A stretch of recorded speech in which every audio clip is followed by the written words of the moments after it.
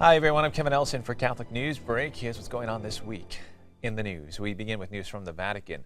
The Vatican has released the calendar of Pope Francis's liturgical celebrations for April and May.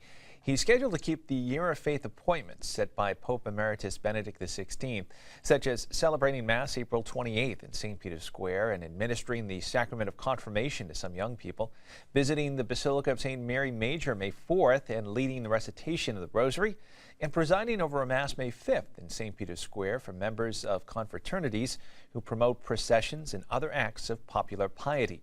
Pope Francis will also celebrate an April 14th evening Mass at Rome's St. Paul outside the walls. He will celebrate Mass and priestly ordinations in St. Peter's Basilica April 21st. Before all that takes place, however, his first liturgical celebration is at the Basilica of St. John Lateran on April 7th, when he officially takes possession of the Roman Cathedral as the Bishop of Rome. In news now from Rome, Pope Francis held his weekly general audience this past week in St. Peter's Square. He highlighted the important roles of both women and youth during his address. Rome Reports was at the gathering with more on the Pope's message. After a few days of rest from a busy Holy Week schedule, Pope Francis returned to the public eye with an inclusive message of the resurrection, tasking women to become the messengers of faith and hope. Retelling the story of how a group of women were the first to find Christ's tomb empty, he highlighted the fact that instead of keeping the news of his resurrection to themselves, they spread it. Le prime testimoni della resurrezione sono le donne, e questo è bello, e questo è un po' la missione delle donne, delle mamme, delle donne, dare testimonio ai suoi figli, ai suoi nipotini, che Gesù è vivo, è il vivente, è il risorto. Mamme e donne, avanti con questa testimonianza. During his speech, he referred to that message of hope and faith that comes from the resurrection as mankind's greatest treasure, which must be shared with others. In addition to his outreach to women, he also called on youth to do their part to spread faith and hope among their peers.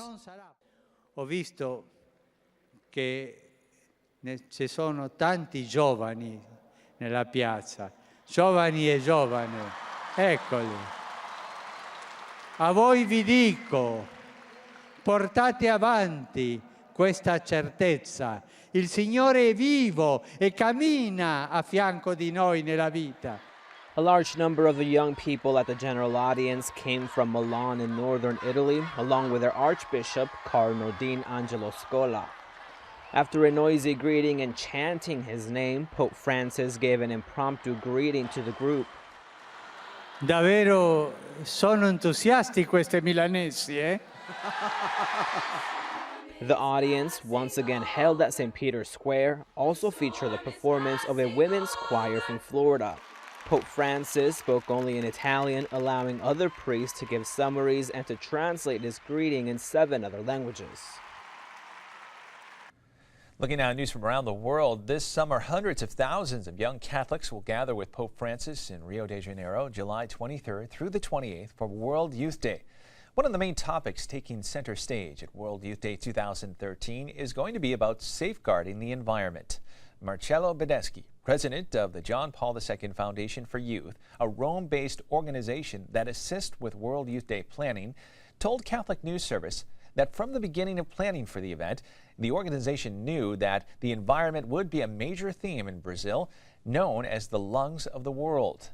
Corrado Clini, Italy's environment minister, spoke at an April 4th news conference at the Vatican. He has been working to encourage cooperation between several Italian and Brazilian companies to reduce the energy and water used at World Youth Day and to recycle as much of the refuse they produce as possible. Clini said that scientists, theologians, UN officials, and members of Catholic groups devoted to safeguarding creation will lead the reflection with young people on the second day of the event. To conclude this year's celebration, attendees will be expected to issue a manifesto for safeguarding creation. Back to the Vatican now, when Pope Francis became the new Holy Father, Monsignor Alfred Schereb became his personal secretary. Rome Reports takes a look at the provisional personal secretary who has worked for 2 other popes. The Pope's right-hand man is usually his personal secretary. Shortly after Pope Francis was elected, Alfred Schredeb from the Republic of Malta became his personal secretary. It's a provisional post, but here in Italy, these provisional jobs usually have a long standing. The job isn't entirely new for Schredeb. He was actually the second private secretary to Benedict XVI after Georg Gainsweig. So, in addition to all the day-to-day issues, Schredeb also accompanied Benedict XVI in his apostolic trips abroad. Since he was second in line when the German Pope resigned, Schredeb automatically became Pope Francis's secretary during this transition phase. He's been part of the papal household since the year 2000, and back in 2003 he was given the title of honorary prelate by John Paul II. Interestingly, the 54-year-old has worked with 3 popes. And finally in the news, 13 state attorneys are saying that business owners who object on religious grounds to contraception should not be forced to pay for it because doing so violates religious freedom. The state attorneys wrote their view in the form of a letter sent to Health and Human Services Secretary Kathleen Sebelius. The attorneys general of Alabama, Colorado, Florida, Georgia, Idaho, Kansas, Montana, Nebraska, Ohio, Oklahoma, South Carolina, Texas, and West Virginia wrote in the letter that the exemption under the Affordable Care Act's contraceptive mandate should be extended beyond religious institutions. The group sent the letter during the 60-day comment period established by HHS after new proposed rules to implement the mandate under the Affordable Care Act were released February 1st. The comment period ends on April 8th. A bill called the Healthcare Conscience Rights Act has been introduced in the U.S. House of Representatives that is designed to protect conscience rights of employers and workers. The bill would widen the exemption for religious organizations, but will not be finalized until August.